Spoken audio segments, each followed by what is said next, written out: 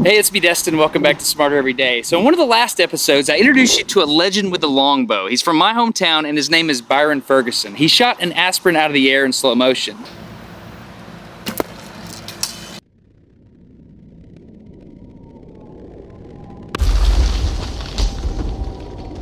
But there's something that happened in the arrow I didn't understand. It was deflecting, and this has something to do with what's called the archer's paradox. What do you think, Byron? Archer's paradox is the demon for all archers, but there are ways to work around it. Not bad. All right, so today on Smarter Every Day, we're gonna understand how an arrow deflects and what's called the archer's paradox. A paradox is a situation involving two things with a contradictory nature. So what is the archer's paradox? What are the two things that an archer has to deconflict? My friend John explained it to me like this. Let's pretend that this pecan tree is the bow and this is the line of our bowstring. If we take an arrow and we put it into our bow and we draw the bow back and we're trying to hit that target over there, watch what happens. As we release the bowstring and it travels closer to the bow, look at that. The fact that the bow is sitting here in our way between us and the target causes the arrow to point off in a different direction. So how can we possibly hit that target when our arrow is pointed over there? This is the archer's paradox because we know they actually do hit targets like that. Toy designers are cheaters. They don't deal with the paradox, they just get around it. For example, the guy who designed this suction cup bow, he doesn't go around the handle, straight through the middle. Check that out. Whoever designed this crossbow, instead of being in line with the bow itself, the string is offset by this big rail. That way the string is always pushing along the dart. So how does a longbow shooter get around this problem? Here's how. They don't have a completely rigid arrow like that. They have a bendable arrow like this. See, when it vibrates, you can see these nodal points? That's important. Check this out. As we put this real arrow into the bow here and we shoot, as we go towards the bow, the fact that we're accelerating this arrow causes it to build up strain energy, causing this big curvature. That curvature then snaps back in the other direction once it bends to a certain point, and look what we have. We have the arrow bending around the bow. When we release, it does something cool. It snakes around the bow just like this, and you're able to fly all the way to the target. So the archer's paradox is the fact that you have a bow in between you and the target, and you're still able to get around the bow. The first thing that happens is the arrow bends from the pressure of the string and the front of the arrow being against the riser of the bow. As it leaves the bow, and it's already clear of the bow, it bends in the opposite direction. Where those two cross determines where the arrow will fly. 100% of the time, the arrow will fly to where these 2 points are crossed, or pointed. In other words, if this one had been here, then the arrow's going to fly off to the left. If it was here, the arrow will fly off to the right. We want those two lined up to go straight to the target. Gotcha. So the fact that it bends helps it get around the arrow rest without going off at an angle, as if it were a straight line. Correct. You're pushing the string straight towards the handle, but somehow it makes it around the handle. Right. And the bends are how it does that. That's correct. All right, my buddy Xander actually shoots with a compound bow. You don't do any of that longbow stuff, right? I have one, but I'm not really good at it. All right, so what's the deal here? So compound, there's a whole lot more going on in compound. It means there's more things that can go wrong too, but there are several advantages if they're working. Yeah. So a compound, you see that it's cut out in the middle. Get this. Oh, so the riser's notched out is what you're saying? Yeah, so the arrow is traveling straight. It doesn't have to go around a riser. Okay. And many people shoot also a drop away rest. You see the arrows kind of drop down. Whenever you pull the bow back, a string attached to one of the bow strings pulls the rest up. Nice.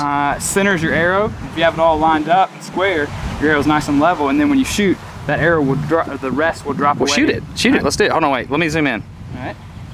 Hold on. So I'm looking at that rest. It's going to fall away, right? That's real fast. Okay, I'm ready.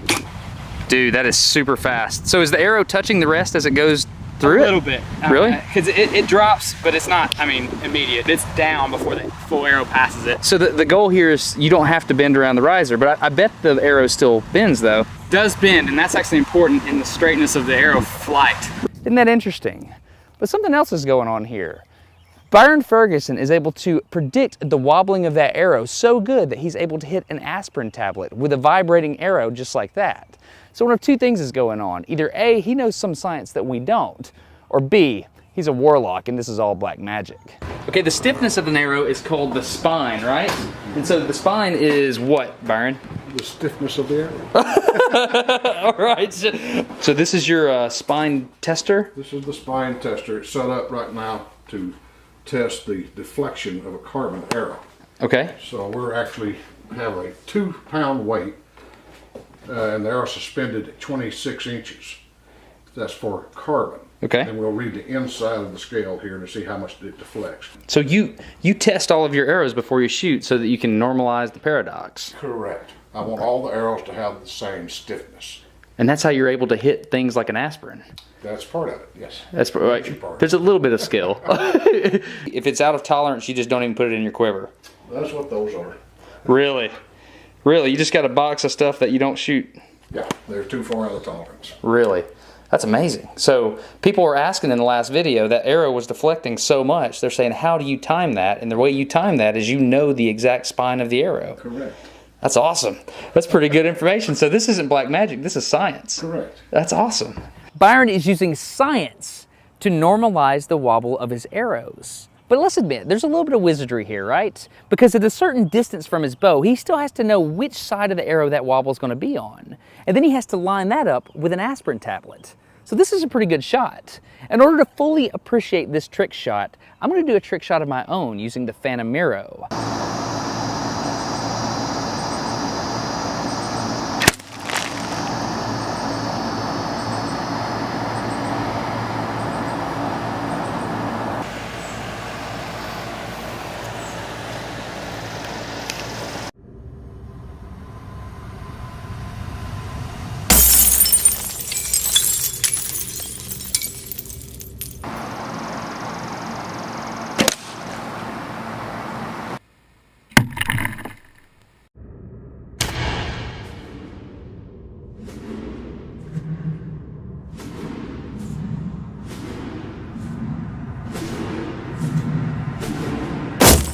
I hope you enjoyed this episode of Smarter Every Day. It was sponsored by Harry's.com. Harry's makes subscription razors that are really high quality. They end up being about the same price as the old razors I used to use. So I have no need for my old razors, so Byron's gonna help me get rid of it. If you're interested in getting a Harry's razor, I actually shaved with one today, go to Harry's.com and use the promo code SMARTER. What are you gonna try? We're gonna try to hit it down in here, around the neck part.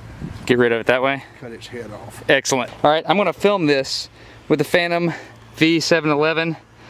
I hope you hit it. This will be awesome. You did it! Like I thought you would do it, but you did it. That was the first shot, Byron. I got lucky. Whatever, man. All right, there you go. So if you want to support Smarter Every Day, go to Harry's.com, use the promo code SMARTER, get you a discount on some razors. Thank you for supporting Smarter Every Day. Please consider subscribing, and thank you as always, Byron. Can I get some hair razors too? You can. I'm Destin. You're getting smarter every day. Have a good one. He actually hit that. You make your own arrowheads, right? No, I designed the head. It's actually made in Austria. This is what's called a destructive test. Holy cow, it didn't break, man. It didn't break. It didn't break. That is cool. Did you think it would do that? I was hoping.